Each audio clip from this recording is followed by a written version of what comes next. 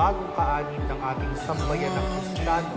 At sa pasimula ng ating pagdiriwang ng sakramento ng binyag, mangyari pong ipahayag ang inyong layunin ukol sa mga batang ito na bibinyagan.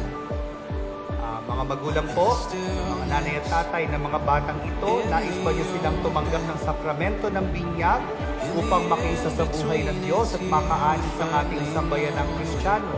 Mga nanay at tatay, nalalaman ba ninyo na kalakip ng kahilingan ito ay ang pananagutang hubugin ng inyong mga anak ayon sa diwa ni Kristo? At kayo naman po, mga ninong at ninang, bilang mga pangalawang magulang, nakahanda ba kayong tumulong sa mga magulang na akay ng inyong inaanak sa pananampalataya? At ako po bilang kinatawan ng ating parokya, ng ating sambayan ng Kristiyano, kinagagalak kong tanggapin ang mga batang ito. At bilang tanda ng pagtanggap natin sa kanila, mangyari pong krusan sa noo ang bata.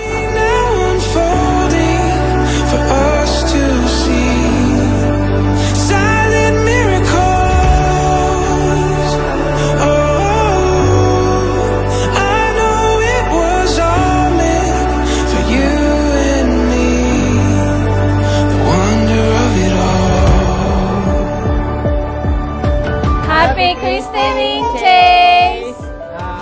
Ang message ko lang sa'yo ay lumaki kang mabuting tao. Sana gabayan ka natin ni Lord. Maging successful ka. Alagaan mo kami ng mami mo, ate mo, paglaki mo. Ako naman ang message ko sa'yo, sana lumaki kang may takot sa Diyos. Matakot ka rin sa magulang mo. Maging masaya ka lang, i-enjoy mo yung gusto mong gawin.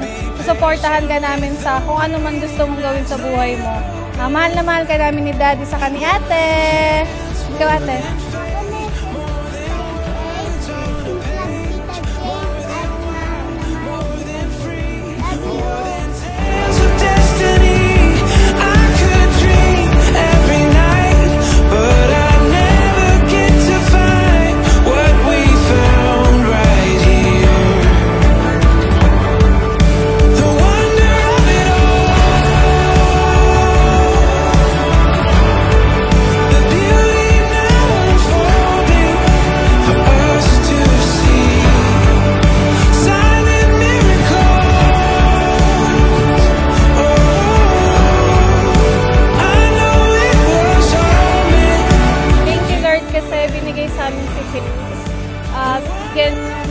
Binigay sa amin si Chase para magkaroon din ng kapatid si Chloe.